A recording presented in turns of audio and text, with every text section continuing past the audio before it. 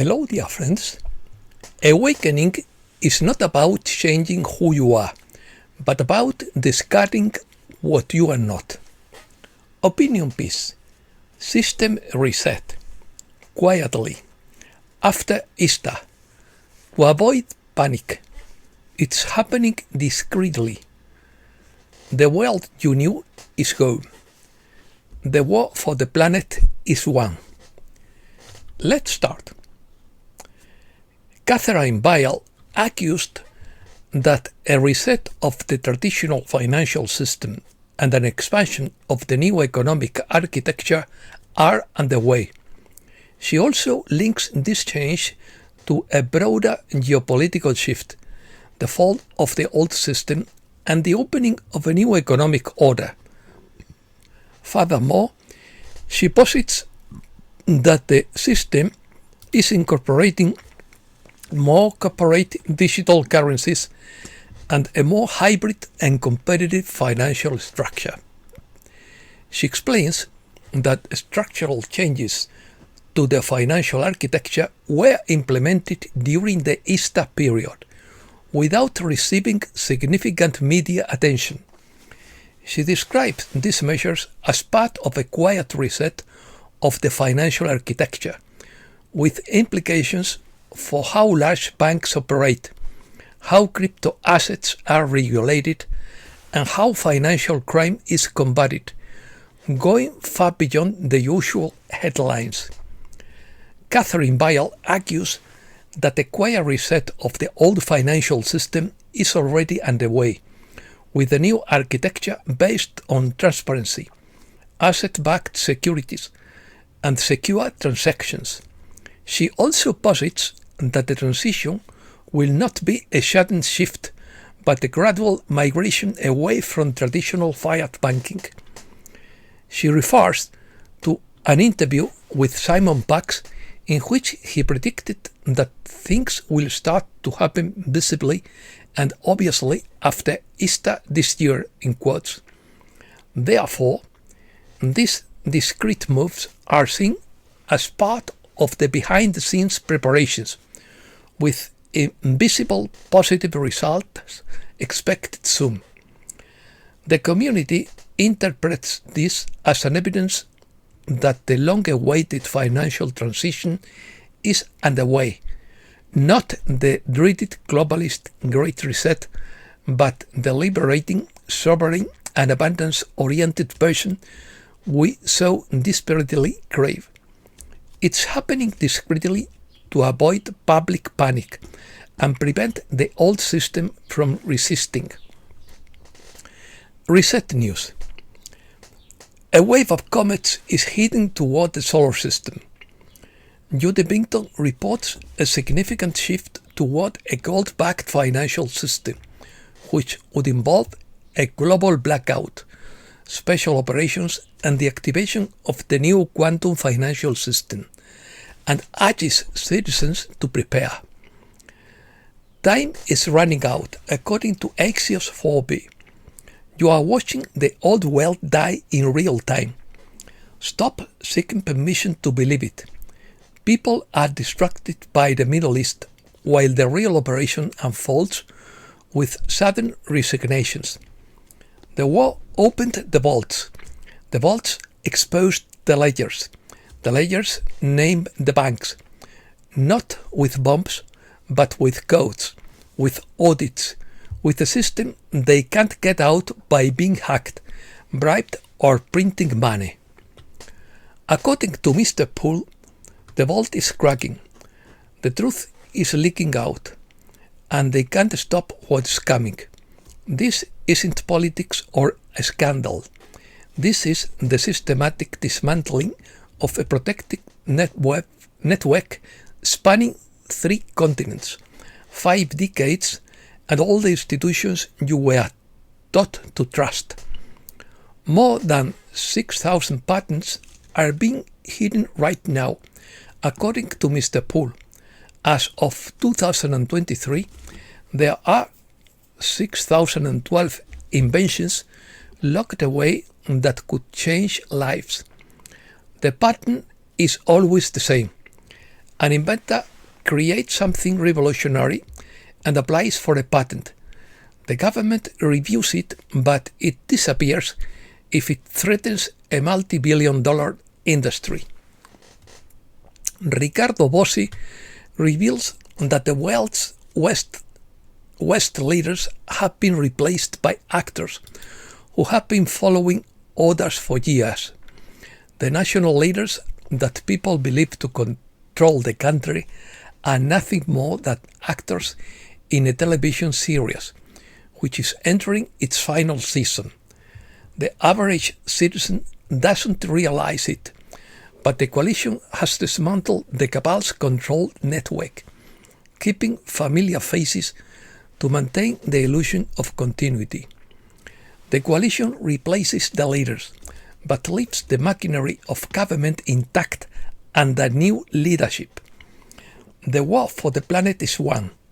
The cowards are still there, but the world you knew is gone, and the one being born is designed so you can stand on your own 2 feet.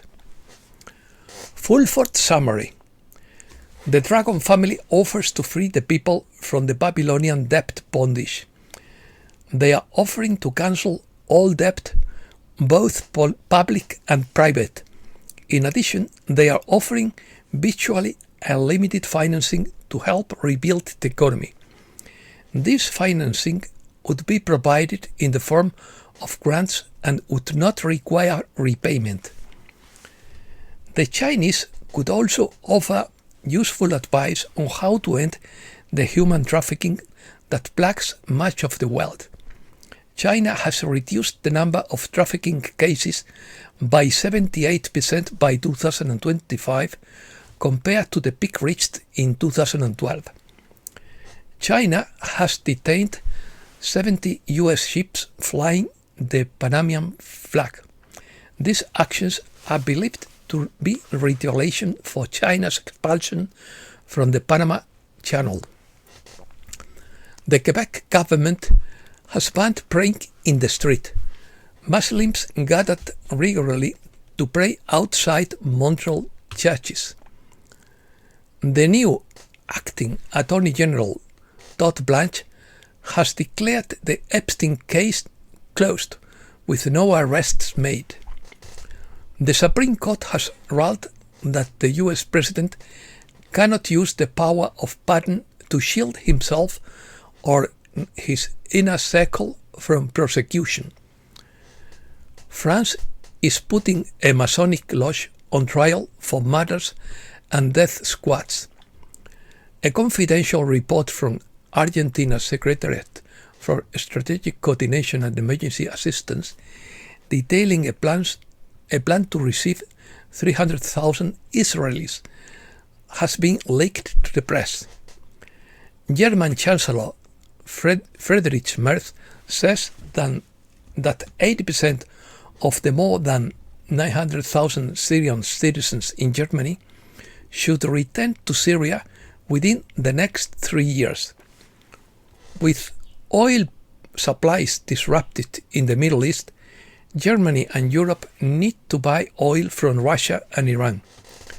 Russia has informed European countries that if they wish to purchase oil from Russia or the Middle East, they must pay with Iran's new gold-backed currency. Middle East. Trump demands Iran stop imposing tariffs in the Strait of Hormuz. Iran tolls in the strait would set a dangerous precedent. Iran will allow no more than 15 ships per day to pass through the strait. Iran conditions negotiations with the US on the implementation of the truce in Lebanon. The ceasefire has broken down, and the Mad Max style scenario is now the most likely outcome, according to Mike Adams. Israel lifts restrictions at holy sites in Jerusalem, and the Ben Gurion airport reopens. Mass exodus in southern Beirut to avoid attacks. Pakistan seeks backing from the EU and world powers to save the trust. USA. Trump declares Antifa a terrorist organization. Trump signs an executive order closing secret biolabs. Pro-Iranian hackers breached US infrastructure. The CIA located the soldier killed in Iran by tracking his heart rate. Killed is an inadequate verb because he was alive. Economy. Raising a child now costs more than $300,000. War has caused lasting damage to the dollar system. Crude oil reaches highs but remains below $100 per barrel. Qatar's liquefied natural gas exports remain disrupted due to tanker diversions in the Strait of Hormuz. The conflict is hurting the supply of cheap oil, China's lifeline. China produces baby Shahed kamikaze drones for $500. The IMF director wants that central banks must be prepared to raise interest rates. The IMF determines that the crisis caused by the conflict in Iran will be large, global, and asymmetric. In quotes. Europe. A Polish MEP warns about Europol's expanding powers. Ireland deploys the army to end anti-government protests. Vice President Vance says Brussels' attempt to influence the Hungarian vote is the worst foreign interference in an election I have ever seen. Putin and Zelensky say they are ready for a truce for Orthodox Passover. Spain. The Spanish Air Force completes its 7th air policing mission in Estonia. Netanyahu accuses Spain of waging a diplomatic war against Israel. Americas. Meteorologists warn of an extreme El Niño event.